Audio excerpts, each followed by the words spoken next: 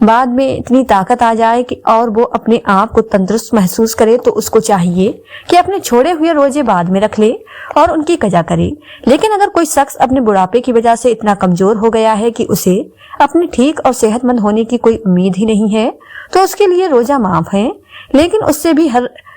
بھی ہر اپنے روزے کے بدلے میں فدیہ دینا پڑے گا، اور فدیہ یہی ہے کہ اپنے ہر روزے کے بدلے ایک مسکین کو پیٹ بھر کر 2 وقت کا کھانا کھلانا ہوگا۔ نمبر 4، دودھ پلانے والی عورت۔ یہاں یہ بات بھی واضح کر دی ہے کہ پہلے زمانوں میں ایسی عورتیں ہوا کرتی تھیں جو لوگوں کو بچوں کو دودھ پلانے کا کام کرتی تھیں۔ وہ لوگوں کے بچوں کو اپنے ساتھ لے جایا کرتی تھیں اور 2 یا 2.5 سال کے لیے اس بچے کو دودھ پلایا کرتی تھیں اور انہیں دایا کہا جاتا تھا۔ ایسی عورتوں کے لیے بھی رمضان میں روزے نہ رکھنے پر چھوٹ ہے جو بچے کو دودھ پلاتی ہے، لیکن کیونکہ اب ایسا زمانہ نہیں رہا لہٰذا ایسی مائیں جو اپنے بچوں کو دودھ پلاتی ہیں اور اگر ان کا ڈاکٹر انہیں یہ کہہ دے کہ ان کے روزے رکھنے کی وجہ سے ان کے بچے کو خطرہ ہے تو ایسی ماؤں کو بھی روزہ چھوڑنے پر کچھ گناہ نہیں ہے، لیکن یاد رہے کہ ایسی عورت کو بھی بعد میں اپنے ان روزوں کی قضا کرنی ہوگی۔ نمبر 5، پاگل یا دیوانہ شخص۔ یعنی 5واں شخص وہ ہے جس کا ذہنی توان خراب ہو چکا ہو اور وہ پاگل یا دیوانہ ہو چکا ہو اور جو اپنے آپ سے باہر ہو چکا ہو اور جو بہکی باتیں کرتا ہو اور جو اچانک بے ہوش ہو جاتا ہو، تو ایسے لوگوں کو بھی روزہ چھوڑنا جائز ہے۔ یعنی کہ اگر ایسا شخص بھی روزہ نہ رکھے تو اس پر بھی کوئی گناہ نہیں ہوگا، لیکن ایسے شخص کو بھی چاہیے کہ بعد میں جب وہ ٹھیک ہو جائے تو اپنے چھوڑے ہوئے روزوں کو قضا کر لے۔ نمبر 6، حیض اور نفاس والی عورتیں۔ یعنی ایسی عورتیں جن کے ماہانہ پیریڈ چل رہے ہوں، وہ حیض والی عورتیں ہیں، اور ایسی عورتیں جنہوں نے بچے کو جنم دیا ہو اور ابھی تک ان کا خون نکلنا بند نہ ہوا ہو تو ایسی عورتوں کو نفاس والی عورتیں کہتی ہیں۔ یہاں پر ایسی عورتوں کا بھی روزہ رکھنا جائز نہیں ہے۔ یہاں یہ بھی یاد رکھے کہ پہلے بیان کیے گئے 5 قسم کے لوگ اگر روزہ رکھ لیتے ہیں تو ان کا روزہ قبول ہو جائے گا، لیکن حیض اور نفاس والی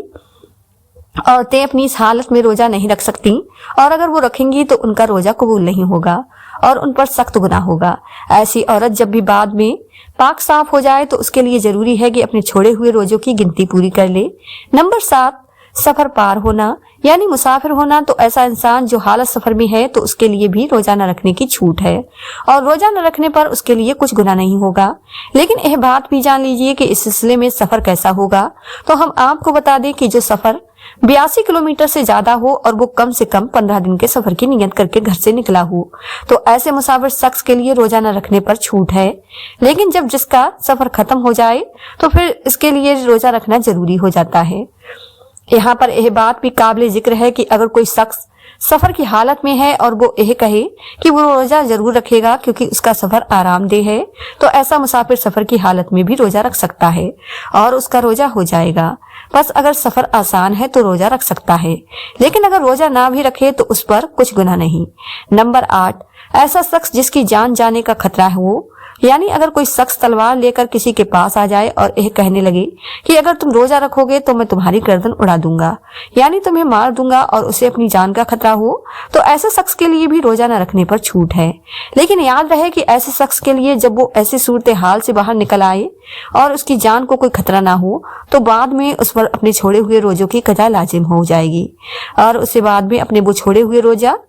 رکھنے پڑیں گے۔ نمبر 9، نابالغ بچہ۔ یعنی جیسا کہ ہم سب یہ جانتے ہیں کہ روزہ ہر بالغ انسان پر فرض ہے جو اپنے ہوش حواس میں ہو، اس طرح روزہ نابالغ بچے پر فرض نہیں ہے۔ اگر کوئی نابالغ بچہ روزہ نہیں رکھتا تو اس پر کوئی گناہ نہیں ہوگا اور اسے روزہ نہ رکھنے پر چھوٹ ہے، لیکن اگر کوئی بچہ 10 سال کی عمر کو پہنچ جائے اور اس میں روزہ رکھنے کی طاقت آ جائے تو اس کو چاہیے کہ وہ روزہ رکھنا شروع کر دے، اور اگر ایسا کچھ روزہ نہ رکھے تو اس کے لیے گھر والوں کو چاہیے کہ اس پر سختی کریں اور اسے روزہ ضرور رکھوائیں۔ اللہ سبحانہ تعالیٰ سے دعا ہے کہ تمام مسلمانوں کو اپنے ماہ مبارک کے روزے خوشخجو سے رکھنے کی طاقت اور توفیق فرمائے، آمین یا رب العالمین۔ پیارے دوستو، امید کرتی ہوں آپ کو آج کی یہ ویڈیو پسند آئی ہوگی۔ ویڈیو پسند آئی ہو تو زیادہ سے زیادہ شیئر لائک ضرور کیجیے گا، اور آپ نے ہمارے چینل افرا وائس کو سبسکرائب نہیں کیا ہے تو ہمارے چینل کو سبسکرائب کر لیں جس سے آپ کو آنے والی ویڈیو کا نوٹیفیکیشن ملتا رہے۔ ملتے ہیں ایک نئی ویڈیو کے ساتھ، دعاؤں میں ہمیشہ یاد رکھیں۔ اللہ حافظ۔